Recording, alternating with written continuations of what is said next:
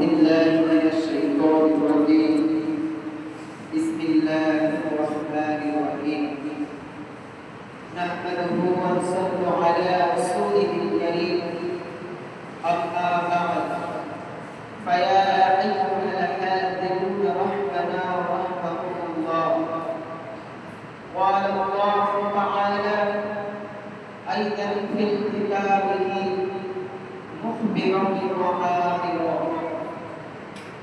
إن الله وملائكته يصلون على النبي يا أيها الذين آمنوا صلوا عليه وسلموا تسليما اللهم صل على سيدنا مولانا محمد وعلى آله سيدنا مولانا محمد আলহামদুলিল্লাহ সমস্ত প্রশংসা সমস্ত গুণগান সমস্ত তারিফ সেই মহান রব্বুল আলামিনের উপরে যে রব্বুল আলামিন আল্লাহ আমাদেরকে ভালোবেসে মহব্বত করে আজকে এই পবিত্র জুমার দিনে আল্লাহ আমাদের মসজিদে আল্লাহকে আনিয়েছে বসিয়েছে সেই মহান রব্বুল আলামিনের উপরে শুকরিয়া জানাই আলহামদুলিল্লাহ। তারপরে আমার আল্লাহ নবী নূর নবী মুহাম্মদ রাসূলুল্লাহ সাল্লাল্লাহু আলাইহি ওয়াসাল্লাম উপরে দরুদ সালাম সাল্লাল্লাহু আলাইহি ওয়াসাল্লাম। সম্মানিত হাজিরিন, দেখতে দেখতে আমাদের কাছ থেকে পবিত্র রমজানুল মাস রমজানুল মুবারক মাস প্রায় বিদায় নিতে চলেছে। হয়তো এই জুমাটা শেষ হতে পারে আর একটা জুমা আমরা দেখতে পারি, হয়তো আগামী জুমায় ঈদ হতে পারে, ঈদ হতে পারে, অর্থাৎ শনিবার ঈদ হতে পারে। তো আমাদের কাছ থেকে রমজানুল মুবারক মাসটা বিদায় নিতে চলেছে। আমরা কেমন ভাবে রমজানুল মুবারক মাসটা বিদায় দিয়ে যাচ্ছি? আমাদের একবার চিন্তা হচ্ছে না যে রমজানুল মুবারক মাস আমরা পেলাম। আল্লাহ রাসূল বলেছেন যে ব্যক্তি রমজানুল মুবারক মাস পেল নিজের গুনাহগুলি সে আল্লাহর কাছ থেকে মাফি করে দিতে পারবে না, ক্ষমা করে দিতে পারবে না, তার মতো দুর্ভাগ্য পৃথিবীর জমিনে আর কেউ নাই। আমরা প্রচন্ড আনন্দে আত্মহারা হয়ে যাচ্ছি, প্রচন্ড খুশিতে বাগেরহাট হয়ে যাচ্ছি, কিন্তু আমরা এটা চিন্তা করলাম না যে আমরা কতটুকু নেকি অর্জন করতে পেরেছি, কতটুকু আমরা গুনাহ মাফি করতে পেরেছি, এটা আমরা কোনদিন চিন্তা করলাম না। আল্লাহ রাসূলের সাহাবী হযরত উমর ফারুক রাদিয়াল্লাহু তাআলা ঈদের দিন হযরত উমর ফারুক রাদিয়াল্লাহু তাআলা তিনি উমরের দরজাটা বন্ধ করে দিয়ে কঠোর ভাবে কাঁদছে, কঠোর ভাবে কাঁদছে।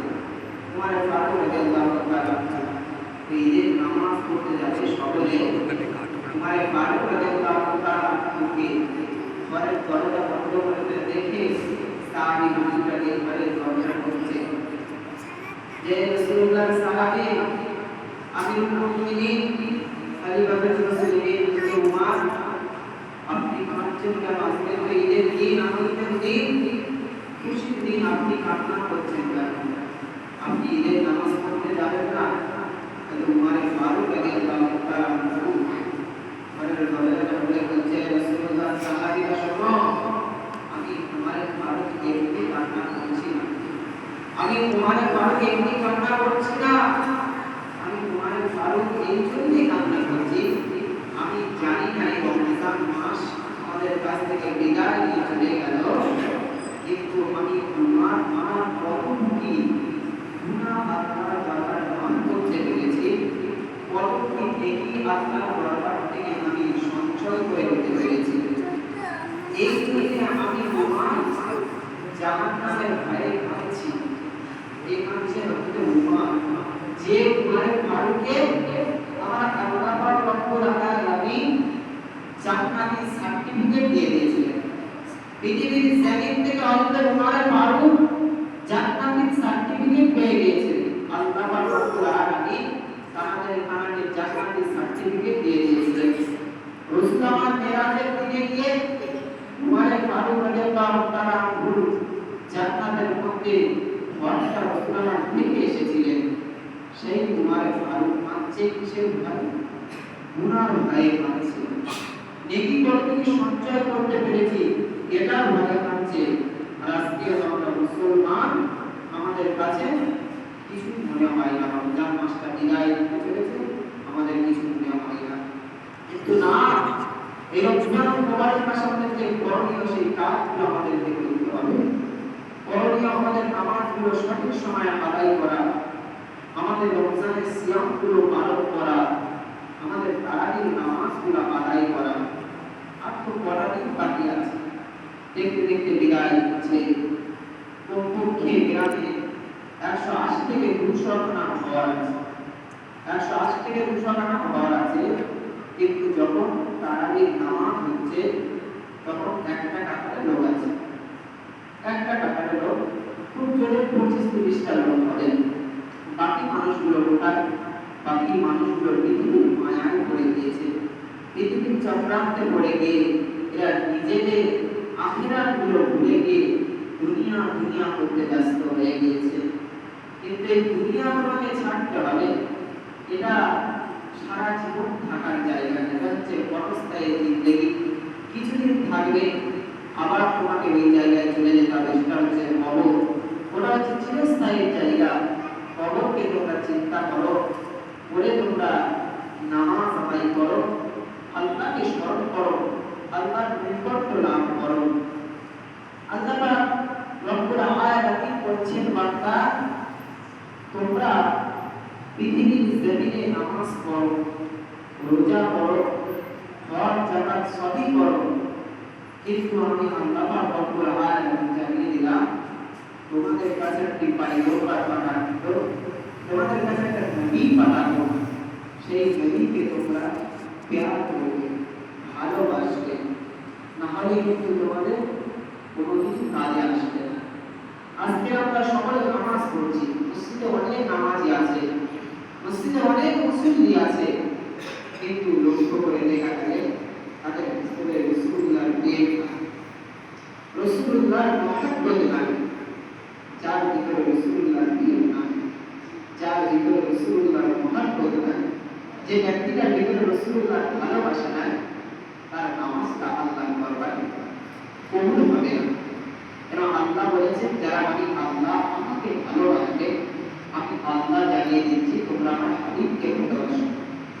আল্লাহ পাক রব্বুল আলামিন পবিত্র কোরআন কারিমে বলেন, বিসমিল্লাহির রাহমানির রাহিম, কুল ইন কুনতুম তুহিব্বুনাল্লাহ ফাত্তাবিউনি ইউহবিবকুমুল্লাহ।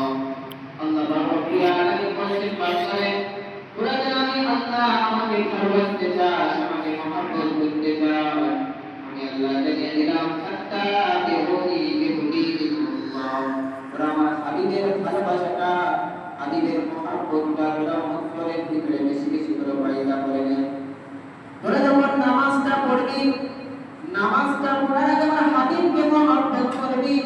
তোরা যখন হজ আদায় করবি, হজটা আদায় করার আগে তোদের জানের চেয়ে রাসূলকে মহব্বত করবি। তোরা যখন যাকাতটা দিবি, আমার হাবিবের মহব্বত করে দিবি। আমি আল্লাহ পাক রব্বুল আলামিন জানিয়ে দিলাম, যে জায়গায়, যে কাজে, যে চলাতে, যে কথাতে আমার হাবিব খুশি হয়ে যাবে, আমি আল্লাহ জানিয়ে দিলাম, আমি আল্লাহ নিজে ওই কাজে খুশি হয়ে যাব। জোরে বলুন সুবহানাল্লাহ। তাহলে কোন কাজে খুশি হবে? যে কাজের মধ্যে রাসূল থাকবে। তুমি নামাজ পড়ছো, তোমার নামাজের ভিতরে যখন রাসূলের প্রেম থাকবে, রাসূলের ভালোবাসা থাকবে, সেই নামাজটা আল্লাহর দরবারে কবুল হয়ে যাবে। আল্লাহ পাক বলছে, আমার হাবিব যদি খুশি হয়ে যায়, আমি আল্লাহ খুশি হয়ে যাব। আর যার উপরে আল্লাহ খুশি হয়ে যাবে, তামাম মাখলুক তার উপরে খুশি হয়ে যাবে। জোরে বলুন সুবহানাল্লাহ। বিরাট বিন রাস্তাকি গাউসুল আযম, তিনি কি করেছিলেন? রাসূলকে ভালোবেসেছিলেন, রাসূলকে মহব্বত করেছিলেন। যখন রাসূলকে ভালোবেসেছেন, রাসূলকে মহব্বত করেছেন, আমার আল্লাহ খুশি হয়ে গেছে। আল্লাহ যখন